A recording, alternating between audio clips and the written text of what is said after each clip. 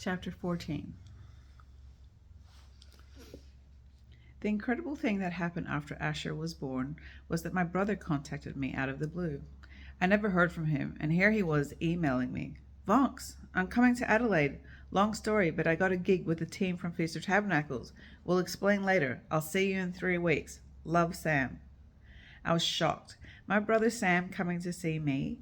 This would be the first time I had a family member come and visit me in Australia, and it was Sam, my brother that I shared so much with. We had so many common experiences, all our hiking trips, hours of walking, dropping off our friends home after a night in Jerusalem, and endless days with John singing and playing music. He would be here with me in Adelaide. He would meet Asher. Sam would be an uncle to my son. It was hard to imagine. And what was that about the Feast of Tabernacles? Really? Sam had become a feasty beastie, as we used to call them? Those extraterrestrial beings that seemed to have that Shekinah glow around them, the glossed over eyes, saying Yeshua instead of Jesus, often a tambourine tucked into their embroidered bag from the old city, the men with beards, the women with long braids rolled into a bun. I avoided them at all costs. Now my brother Sam had become one of them. It was hard to believe. Sam the charmer, Sam who made women swoon. Even men were charmed by Sam, his eyelashes so long that they faded and got split ends in them, his eyes twinkling. When my principal David from Wesley Institute met him on one of his trips to Jerusalem, he returned with the news, "Your brother is identical to you, just more hairy." It was the nicest thing anyone had ever said to me. Sam had a certain dynamic about him that makes you feel as if you're with a celebrity. Paul was excited as well. Paul really liked Sam. They had met 6 months earlier in Israel, around the time of my wedding. Susanna had announced that she was getting married as well. It was incredible. My sister Susanna was getting married, and only 6 months after me. I couldn't miss it. I had to be there. The wedding would be in Cairo. Susanna had the brilliant insight to invite her family to the wedding, unlike her younger sister, who just assumed that no one would come, so why not save money on postage? Thankfully, Susanna's wedding invite arrived the same day as Paul's tax return. We would be able to go to my sister's wedding. Paul would meet my family. I was only 4 months pregnant, so traveling was not an issue. Marg wanted to know what I would wear. Wear? I would wear something comfortable, maybe something light since Cairo is hot. No, I wasn't going to buy something just because it was a wedding. Margaret tried to explain that it's nice to wear something special for special occasions. In the end, I looked through her wardrobe and picked something out. It was comfortable and light. Perfect. My brothers Raphael and Sam met us at the airport in Tel Aviv. I was beaming. I was back home, back in my country, and I had my husband by my side and my baby inside me. It was so good to be home. Raphael was overjoyed at having something to tease me about. I was pregnant. That didn't just happen. Bonky Fox, as he liked to call me because of my connection with big-breasted Samantha Fox, had been bonking, and I became Bonky Fox. Oh, the pleasure it gave him. I had been at Liz's house for about an hour when I got grabbed from behind. "Bonky Fox, it's so good to see you." Ugh, it had started. Raphael and his incessant tickling. It had always felt so wrong. Now being pregnant, my body belonged to Paul. My brother's hands were more profane than ever. I looked him straight in the eyes. "Raphael, don't ever tickle me again. Ever. If you even attempt to tickle me, I'm telling you right now that I will touch your balls. I will actually reach over and touch your balls. I'm letting you know now that if you don't want your balls touched by your sister, don't ever tickle me again." He could tell I was serious. He tried to make light of it, but knew I was serious. Ezra had overheard the exchange. He was fuming. How dare I talk to my brother like that? Did I not realize what I was saying? You can't touch a man's balls. They're special. They're out of bounds. "You need to apologize, Vonks. Tell Raphael that you didn't mean it." Raphael seemed to be regaining strength from hearing his brother support him. "Yeah, Bonky Fox. Relax already. Don't be so serious." His hand came in to tickle my ribs. In a flash, I went to grab his balls. It was just a touch on his jeans, but Ezra exploded and flew out of his chair. I slowly stood up, looked him in the eyes, and told him that it was the last time he would ever try to tickle me. And it was. He never tickled Bonky Fox again.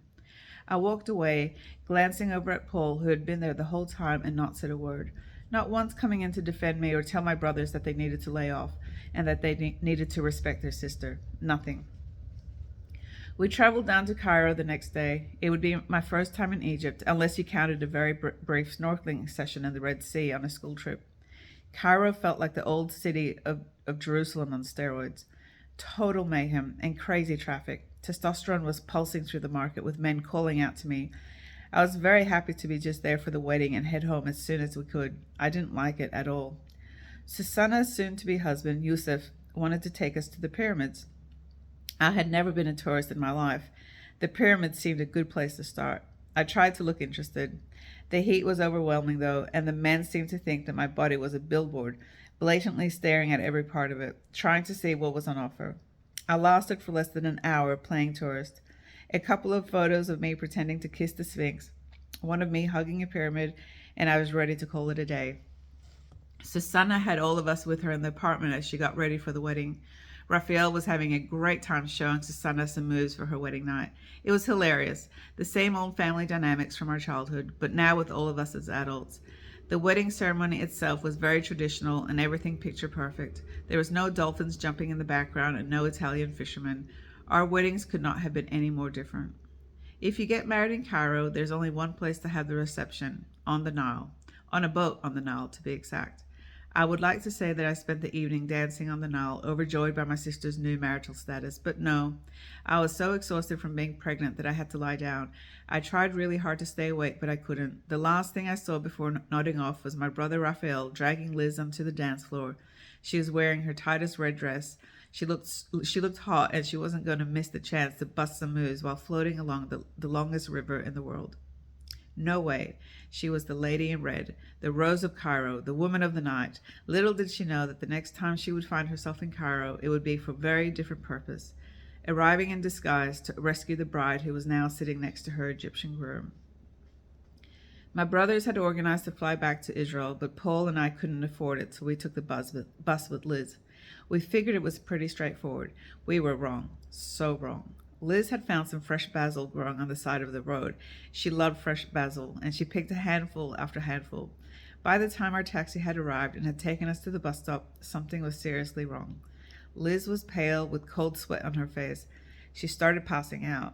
I asked Paul to run over and buy bottles of water. I washed her face and poured water down her head and down her back. She was burning up. I tried to call her husband Charles in Jerusalem. Was there anything he could suggest? She needed help. Charles said we just needed to get her on the bus and get her home as soon as we could.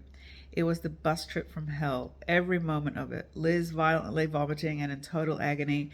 I can't travel at the best of times, and here I was, pregnant and on a bus with a vomiting woman, riding through the bumpy desert roads. It wasn't long before I was vomiting as well. That bus trip with Liz became my symbol of hell on earth. I actually used it as a marker for how horrible my birth with Asher was. At one stage, while trying to figure out how to jump over the rail of the fifth-floor balcony in the birthing room, I remember yelling out to Paul, "Now it's even worse than the bus trip from Cairo." So yes, Sam was coming to visit me, and both me and Paul were thrilled. We only had 3 short days. Thanks to those endless hours practicing guitar with John, Sam was now part of the traveling Feasty Beasties. I tried not to laugh.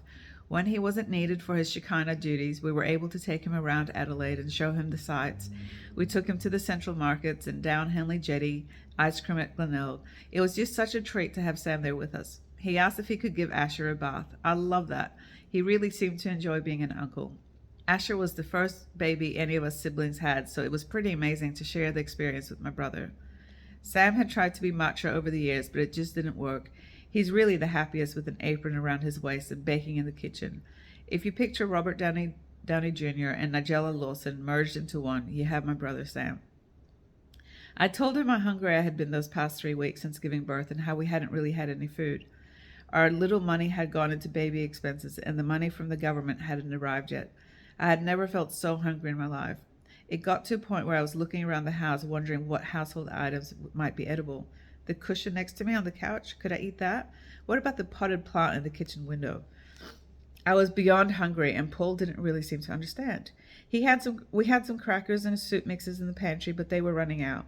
We had been given some Easter chocolates from Paul's mother, Mark, a chocolate egg each, and Mark had bought me an Easter bilby, an Australian native animal, a bit like a bunny but with a longer nose. It reminded me of Asher. Its dark eyes and nose had such a strong resemblance to my baby boy.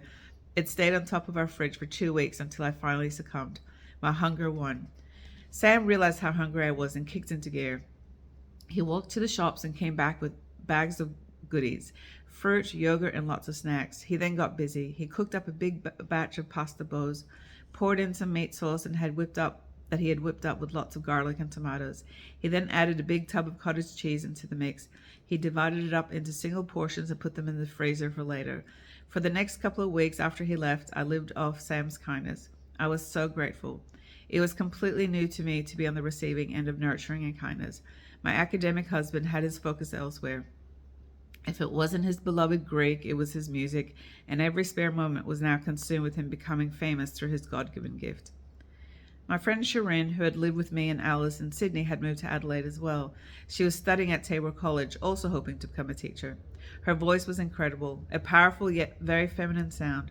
Paul was very pleased when she agreed to do vocals for him. This was it. He was finally going to become famous. My husband, who had no time to hang out with me, all of a sudden had all the spare time to record music. It was amazing how he was able to tap into this newly sourced stream of energy where headaches no longer had power over him. He gave his music his all. By now, Paul had graduated top of his class and he was lecturing at the college as well as setting up a curriculum for a chaplaincy course. He was also being asked to preach at more and more churches. Most Sunday mornings we were at a different church, often traveling to a country town for the opportunity. Paul was a great preacher, really great. I loved hearing him speak. He really had a gift and people responded deeply to him as well. He was a very clever combination of passionate yet academic, and he brought new light into the scriptures. I loved watching how animated he was when he spoke in front of people. His face came alive, his eyes making contact with the congregation. I tried to ignore the feelings that were coming up inside me.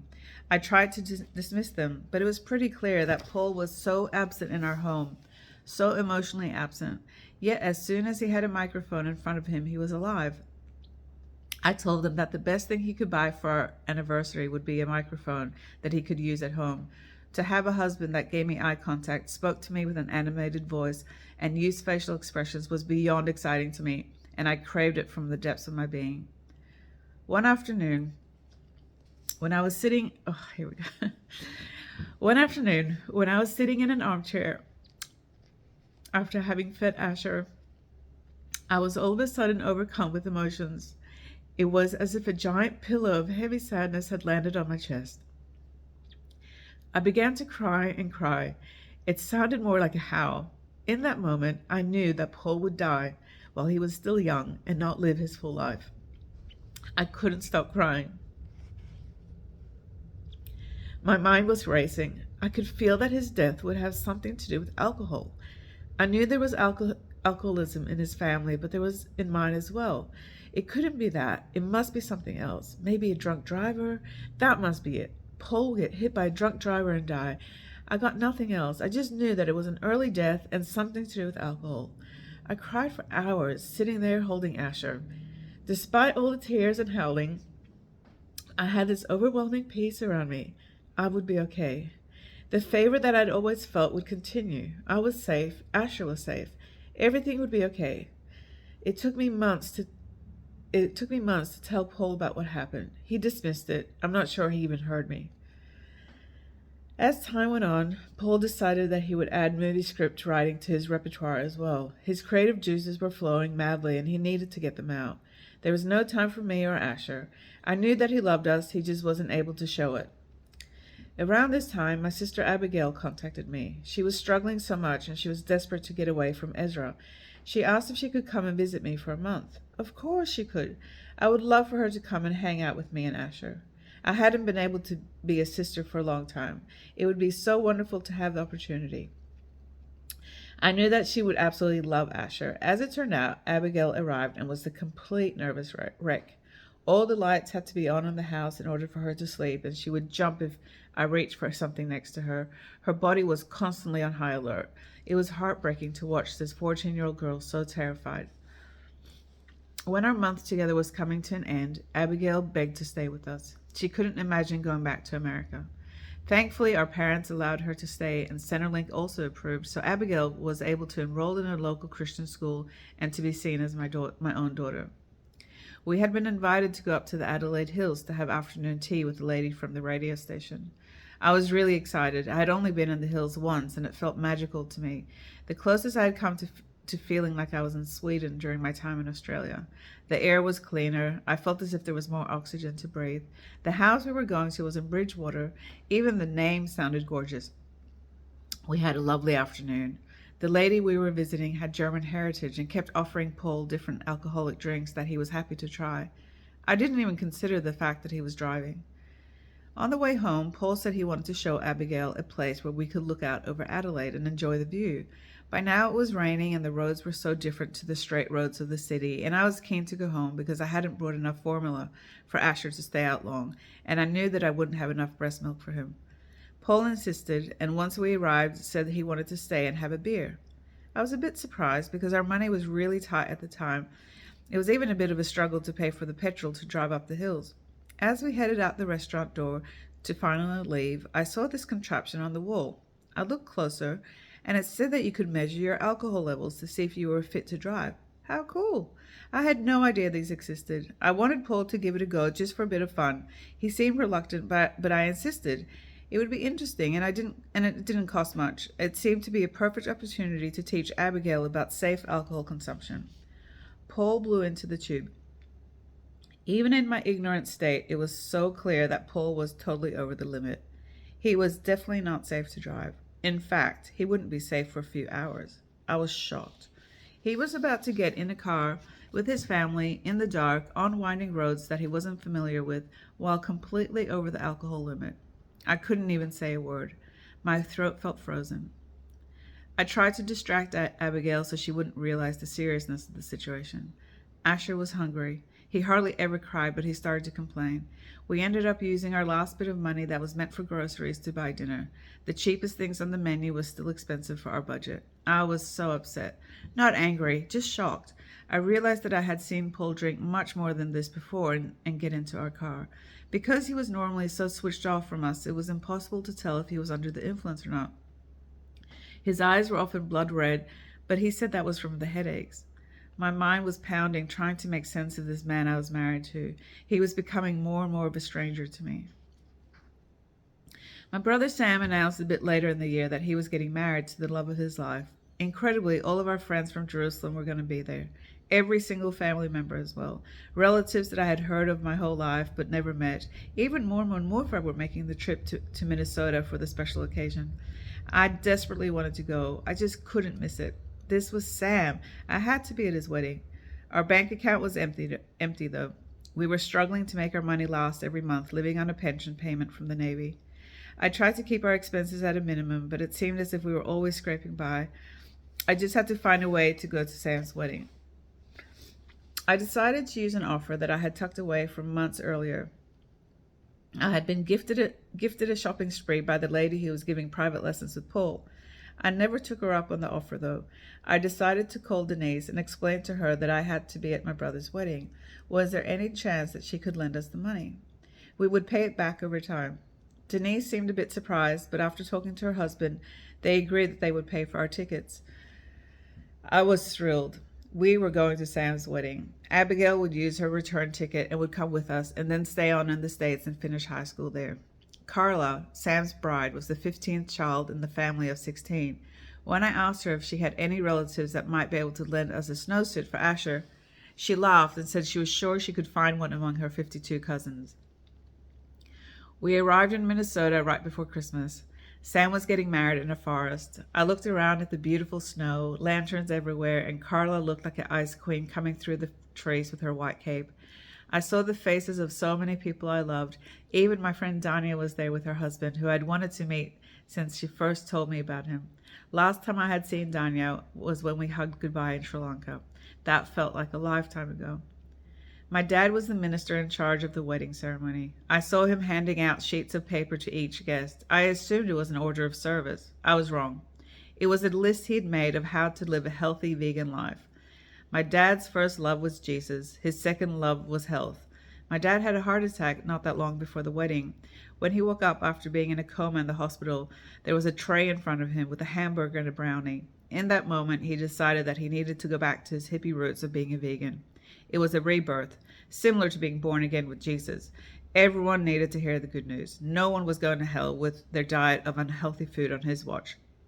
So, just like he had done with the leaflets about Jesus in Jerusalem, my dad started printing out his health commandments and handing them out at opportune moments, like his son's wedding. Those few days in Minnesota were incredible. It was a reunion of so many people that I cared about and who knew me. Just like the old days, we sang, we went for walks and ate together. Our spouses had a chance to get to know each other. The love was still very much there from our youth, only that we had all grown up a little bit, crossed the threshold of life somewhat.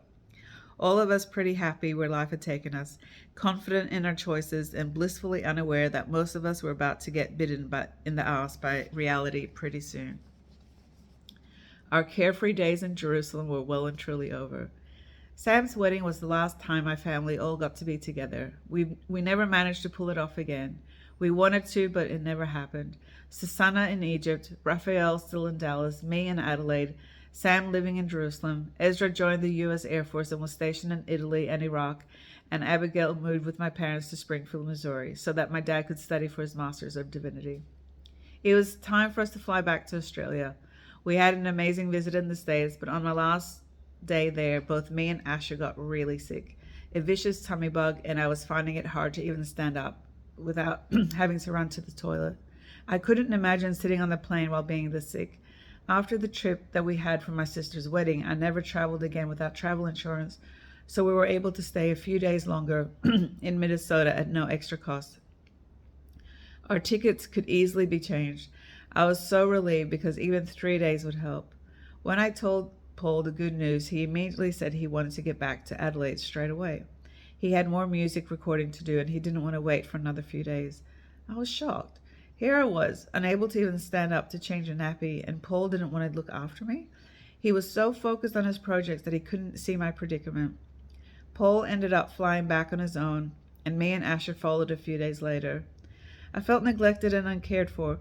It really stung, but I tried to dismiss the feelings as much as I could, but it was getting much harder to ignore his behavior.